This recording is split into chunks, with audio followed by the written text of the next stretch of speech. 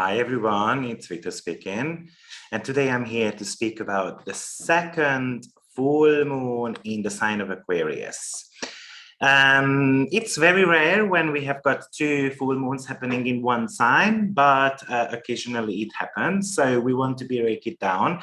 It's going to be on 29 degrees and it's going to be happening on the 22nd of August, 8:02 a.m.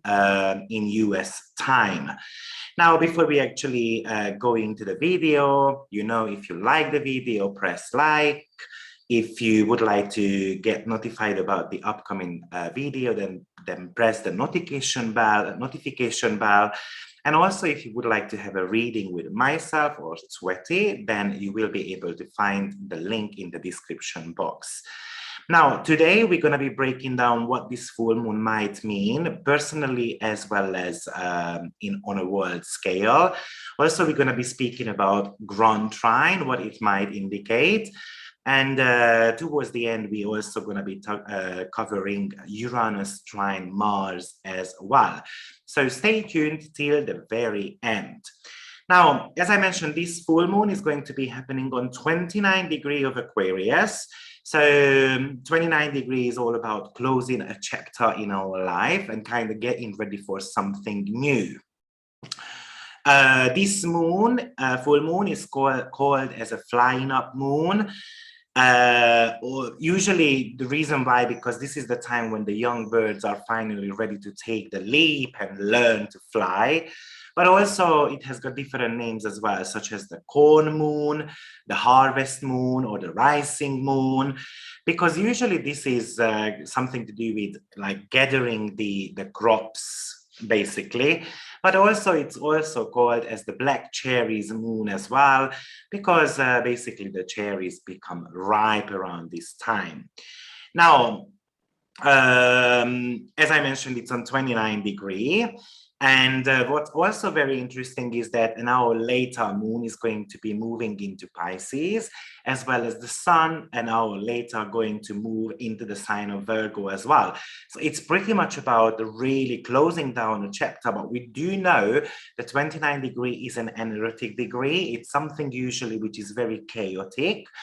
And also it very much talks about the karmic experience of something which we have to kind of live through. Now, also what's interesting is that this week we have got 4 planets in their home signs. So basically, the planets are very well resourced, they can bring stability into our lives, and actually they are somehow ready to move forward. Now, I would like to mention that, planets are in rulership, which is brilliant because they are well resourced. But at the same time, when there are too many cocks among chickens, it could also cause a little bit of a confusion as well, because everyone is at full speed and strength. But this full moon is overall about looking into the future, being at the right place at the right time, looking forward to something. Remember that it happens in the sign of Aquarius, which is very much about idealism and kind of building a solid foundation for the future, looking at things at a larger scale. And everything is going to be very emphasized this time around because Jupiter is actually conjuncting this full moon. Now, remember that Jupiter is actually retrograde, so which talks about second chances. We have to complete something before we move forward. Maybe we need to revisit the past, something maybe which happened already in July, or maybe last year as well. But also this is the second full moon in the sign of Aquarius, which is talking about second chances as well. So overall, something needs to be closed off, finished, completed, before actually we can open the doors for new possibilities to enter. Now, this full moon is ruled by Saturn, which is currently on 8 degrees of Aquarius, and it's also retrograde. So we usually say with Saturn that we should be saying no to things, right? So the retrograde period is, again, something to be revisited. But Jupiter there says to us that, oh, we need to go ahead and we need to be more optimistic and we need to say, We need to say yes to those new opportunities, even if we are quite worried about it. Now, all these retrograde elements are actually indicating that something needs to be fixed. Some part of our lives needs to be fixed. And don't forget that the modern ruler actually went also retrograde on the 18th, which is Uranus. Now, I will be making a separate video about the Uranus retrograde. I will try to break it down for you. So therefore, I would say that today I'm not going to be speaking about Uranus that much. But this full moon is kind of like, with a 29 degrees, like a final exam, kind of like a graduation element, which, you know, which is kind of needed here, like the final tests, basically. And don't forget that this full moon is actually very much triggering when Jupiter hit the 29 degree, which happened recently as well. So we've got so much Aquarius energy to this full moon. Now, this full moon is actually falling into the third decan of the sign, which is very much about Libra energies. So that's going to be about how I relate to others. It does bring in some relationship matters as well, how we connect with people, how we negotiate with others, what type of business partnerships we actually create, and how I can become one with the universe or one with a group effort as well. Now, when it comes to the 29 degree energy, that's actually falling onto a Capricorn territory. So, which is very much about political situations, very much about bringing a structure in our life, and something to do with rules as well. Now, because we've got so much retrograde energy, it's definitely some internal experiences which we have to go through. Probably it's very much about how we receive gifts or how we actually give something to others as well. What am I going to do in the future? What my long-term goals are? So it kind of indicates that on a humanitarian level, there is an energy shift into the future, and maybe look or having a glimpse of what's coming up in the next few years, especially I would say in the next 27 months. But it also, 29 degree is a summary degree as well. So what did we learn in 2020, 2021 overall? But the good news here is that Jupiter is actually supports our growth and personal advancements. So because the sun is currently on 29 degree of Leo, which is, by the way, conjuncting Regulus. So it's all about the personal growth of the individuality and being able to kind of shine, becoming kind of like a kingly energy among others. And how I am going to be going on my own path, but without actually hurting others. But sometimes it's all about letting go of a tribe, as people might want to be growing in a different way.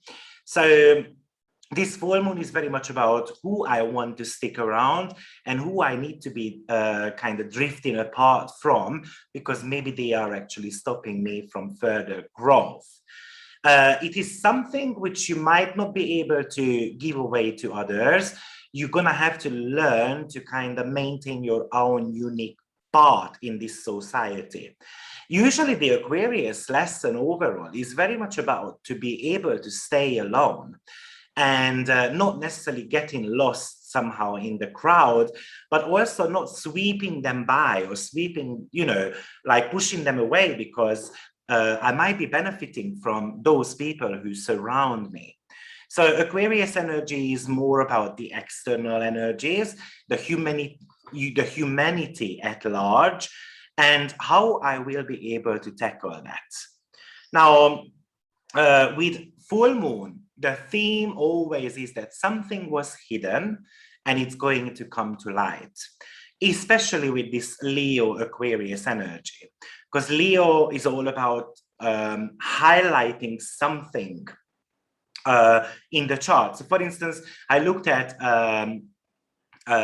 Washington DC's chart, which is going to be falling into the 6th and the 12th house with this, that gets triggered there in their chart. So now that is very much triggering the healthcare situation, and maybe some of the secrets will pop out there.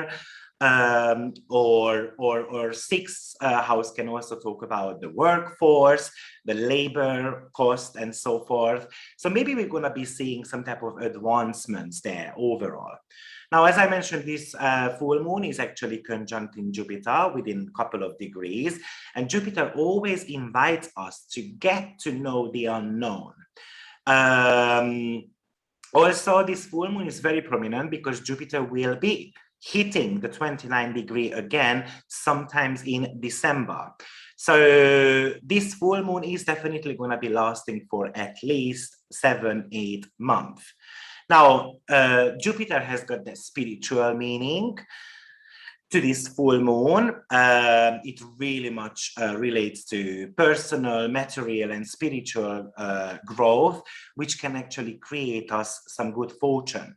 But Jupiter also says that we do need to be revisiting where our kind of confidence got lost, because wherever Jupiter is in your chart, that is talking about where your confidence can be lying. So for instance, Jupiter is placed in my 10th house in my natal chart. So my confidence is always around work. And I remember when I was about 19 years old, I said to myself, I'm always going to be successful at work, and I'm always going to reach whatever I want. Maybe not so successful when it comes to relationship departments. Now, exactly that's what Jupiter kind of talks about, that we do need to be watching out for our belief system as well, because whatever we create in our brain, actually that can become a belief system, basically, kind of like something which you assimilate yourself with too much. And of course, you're going to start attracting those things.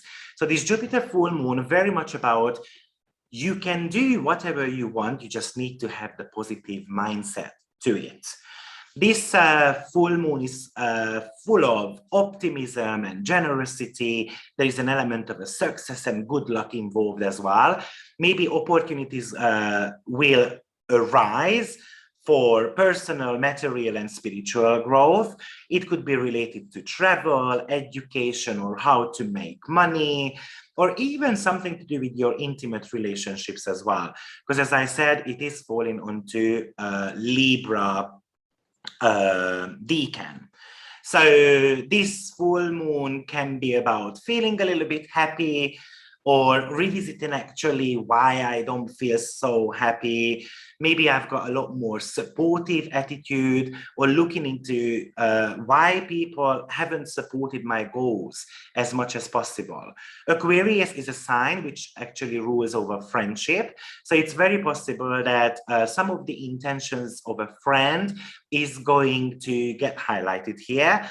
Or you might find kind of like a benefactor in your life who is actually helping you to set yourself free, which is very Aquarian energy also.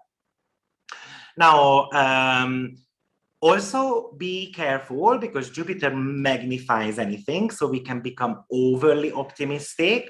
Sometimes it can become arrogant, big-headed, and greedy as well at the same time. Kind of not knowing that, you know what, I am an immortal at the end of the day. So kind of like that invincible energy, which could also pop up as a negativity with this aspect.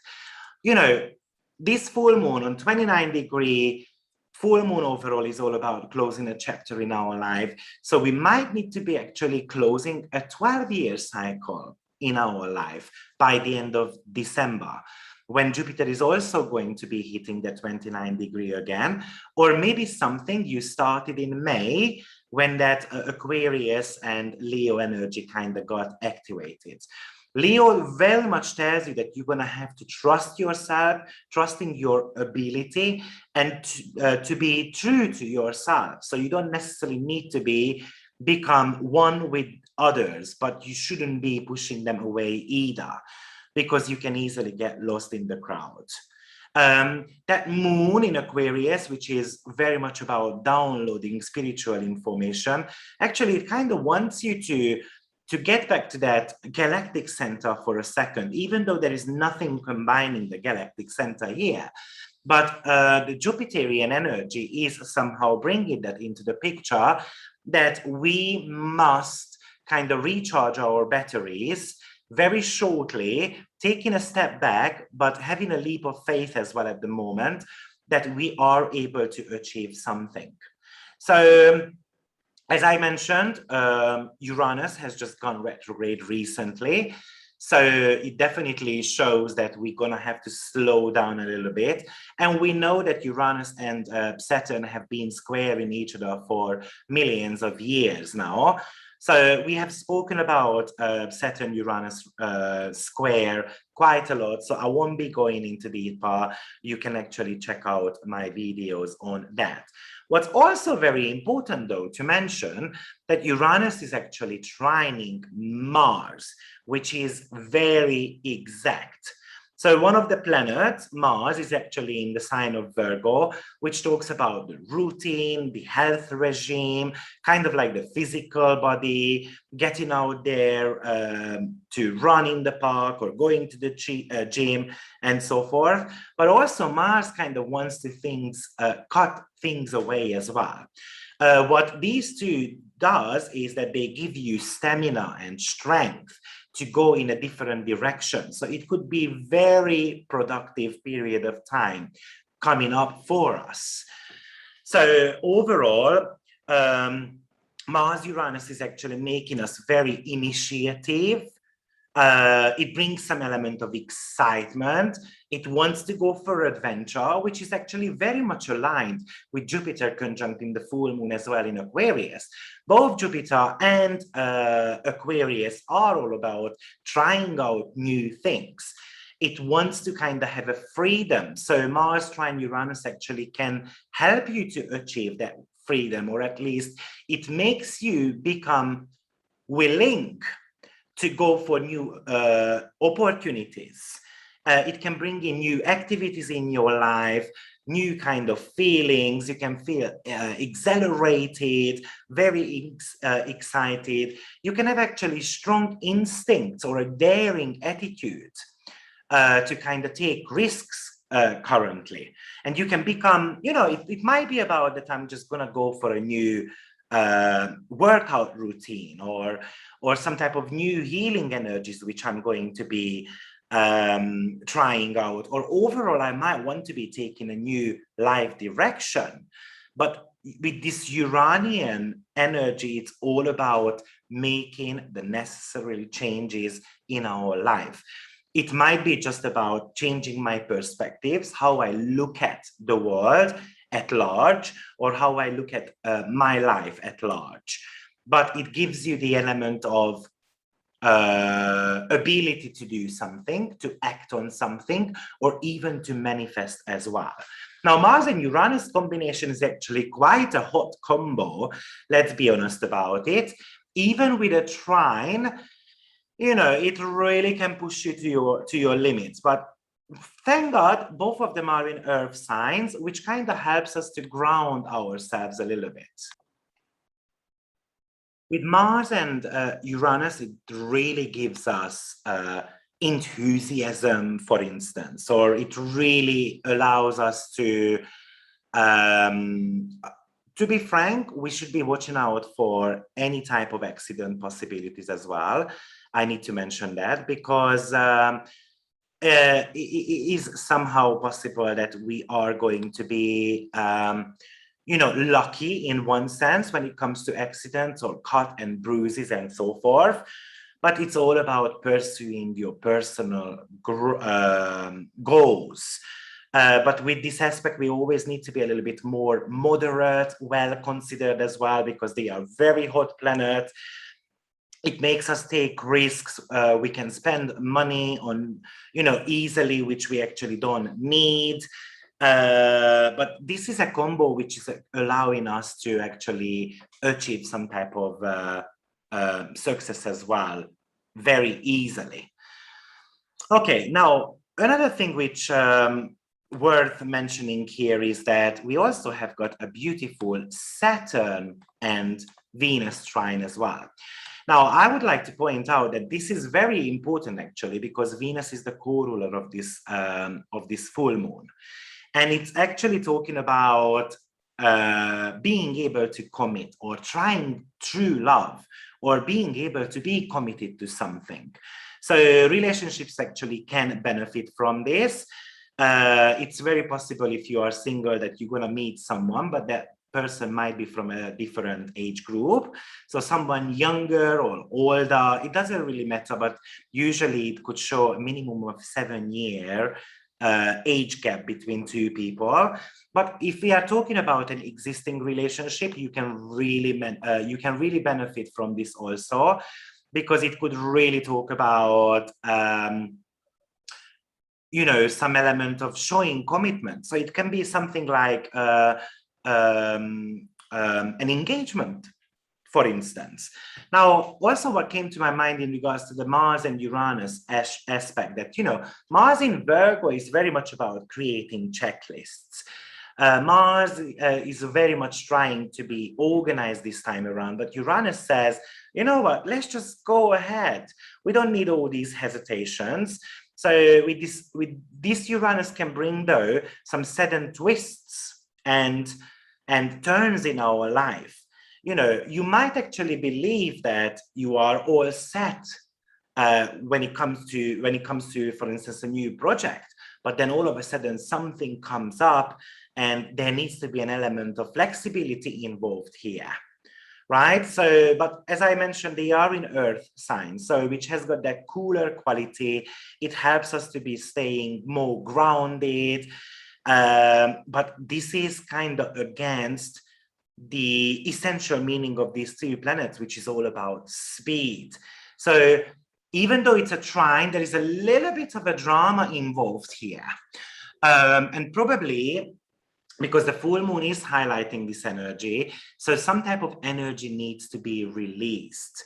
Flexibility might be a very important key here. This aspect is all about call to action, really. With Uranus, we always say, which is very rebellious, by the way, that we should be expecting the unexpected. Because Mars being in the sign of Virgo, it very much talks about breaking out of old routines. I usually call this aspect as the car racing aspect. So we become very impatient, we want to go forward, and somehow it doesn't happen really. So we do need to be aware of that. Now, going back to, finally, because I know I came back to Uranus and the Mars element, but I also wanted to speak a little bit more about the Saturn and the Venus energy as well. Because Saturn, which is the planet of seriousness, so it kind of shows a serious attitude when it comes to things which are kind of valuable in your life. So it could be your material profits, or it could be about your feelings and your love life or your personal style. We can become a lot more serious about that, but we might just want to show more loyalty, or we want to be more trustworthy to our partner, or we want that in our love life somehow. Because, you know, whatever Saturn touches, it kind of makes it a little bit cold and distant. Saturn has got the hardship actually to trust others.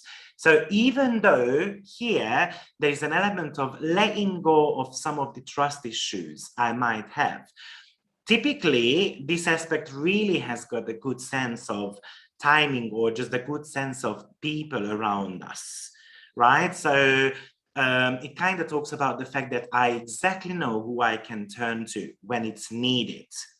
But this aspect could actually promise us a very stable and reliable marriage, but maybe not so much on the emotional side. So it's like harmonious relationship, living together with someone, but this aspect might be talking about that we need some growth.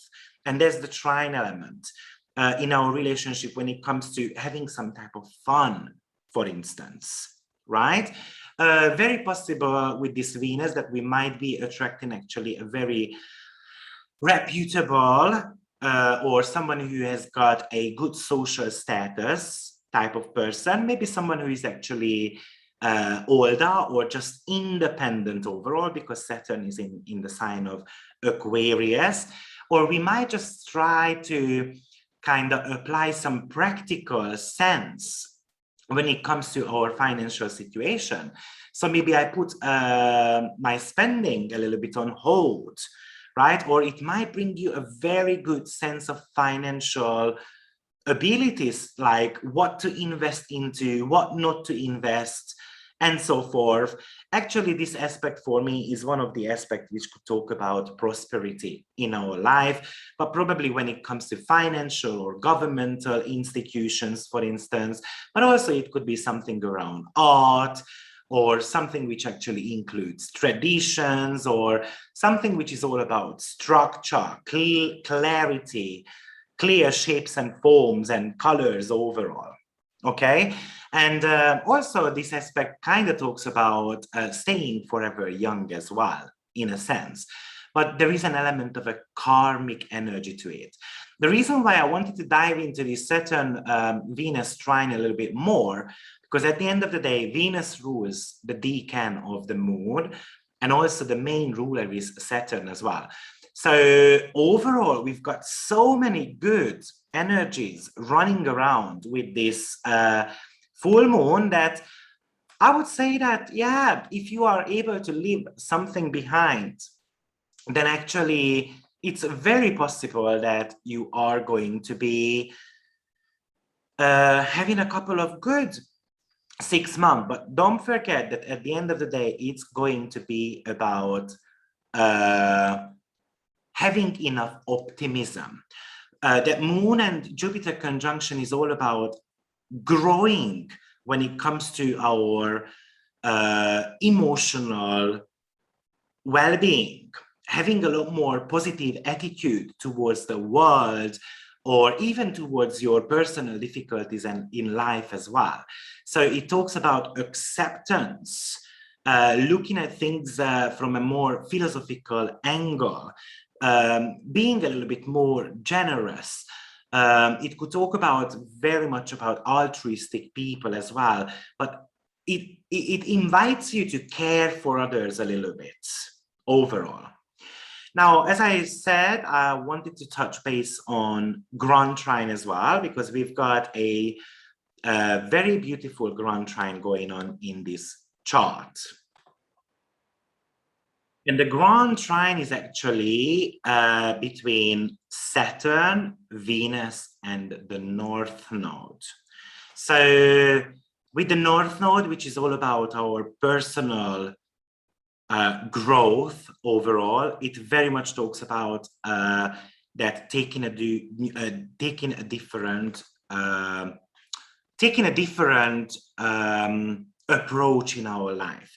Now, if you are unfamiliar with Grand Trines, as I said, I will be actually breaking down a little bit for you.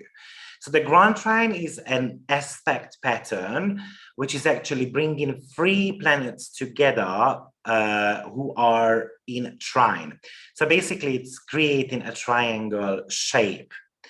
Now, if we look at from an Aries perspective, which we always should, because obviously that's the beginning of the chart. Well, Aries is going to be trining Sagittarius, and then Sagittarius will be trining Leo, and of course Leo will be trining Aries as well. So in the mundane chart, it would be bringing the 1st, 5th, and the 9th house together. Now, the fire element, so the Grand Trine has got this fire nature, basically, and it very much talks about a positive attitude, right? So Aries is the go-getter, Leo wants to shine, Sagittarius gives the optimism to it. So the Grand Trine aspect is all about high idealism, having great insight. It has got that visionary type of energy to it as well. It's very creative, and it wants to kind of express itself very nicely.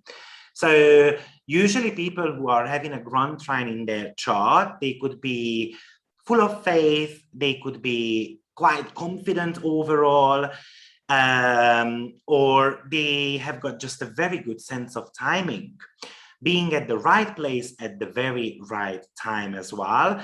And usually they are quite charming overall, or just optimistic in nature. In many cases, what I've also experienced with the Grand Trines, that these people are kind of given the opportunity by their parents, for instance, to kind of start off their life very well. And maybe it's just giving them a company or giving them inheritance overall, but somehow their position is originated from their family or somehow their family members. Now, the Grand Trine overall loves traveling, it loves fun and adventure, but sometimes it is a little bit struggling when it comes to obstacles popping into their life. You know, trines are, from a traditional perspective, it's a very nice aspect, especially with a Grand Trine. For me, that's kind of like an easy making money aspect. However, it can make people lazy as well. So a chart full of trines and not having any hard aspects can really indicate someone, for instance, who is a little bit self-indulgent or more being on the passive side. I remember I had a client without any details, but the person only had trines, only Grand Trines. And it happened in the 3rd, 7th, and the 11th house. Not a single bad aspect. The person was about 35 years old, still lived with the parents.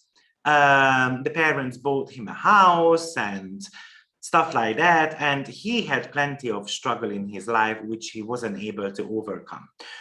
And that's the very kind of negative side, the other end of the, you know, of the trine aspect, that we are not called to action. We can rely on others too much to kind of sort out their life.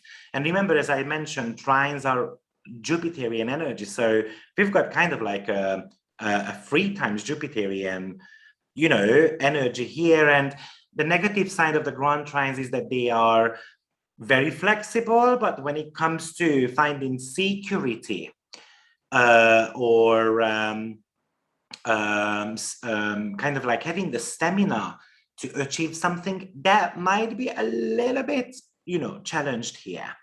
Okay, so, and we've got this Grand Trine going on in the full moon chart as well. So Saturn is very much talking about the great sense of timing and being committed to something which we want to achieve.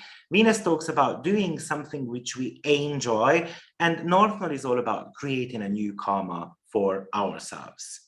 So overall, we've got very lovely energies going on here. Overall, to summarize, I think it's about taking a new path, taking your love life and your partnership more seriously, or finding suitable people for your life who are going to be supporting you no matter what, learning how to receive and give gifts to others as well, doing something which is actually good for others, building connections, which is based on a very strong foundation. And when you create something, that should be done with integrity and honesty as well. Actually, this full moon, in my opinion, is very good for making agreements or locking things in, or something you promise that needs to be actually delivered, or if someone has promised something to you, eventually it gets delivered. Maybe it's actually revisited because Saturn is a retrograde. And it might talks about a little bit of a delay as well, because Saturn is also retrograde as well, as I mentioned. And whatever we want to be creating, staying professional at all time. But this full moon actually invites you to figure out what is the next chapter in your life. So, well, thank you very much for listening to my video about the full moon energy. So I hope you have enjoyed it and it gives you a little bit of an insight. You might want to be looking at where the Aquarius house cusp is in your chart, and then trying to put this information into the meaning of that house. So for instance, this full moon is going to be happening in my 12th house. So maybe I have to be revisiting some of my spiritual approach to things, or maybe I have to surrender to higher power, or maybe I need to let go of the inner demons, which I might have swept underneath my bed. So I have to lure out those monsters and then make them vanish in a sense. Okay, so thank you everyone for being with me, and see you very shortly with another video. Bye-bye.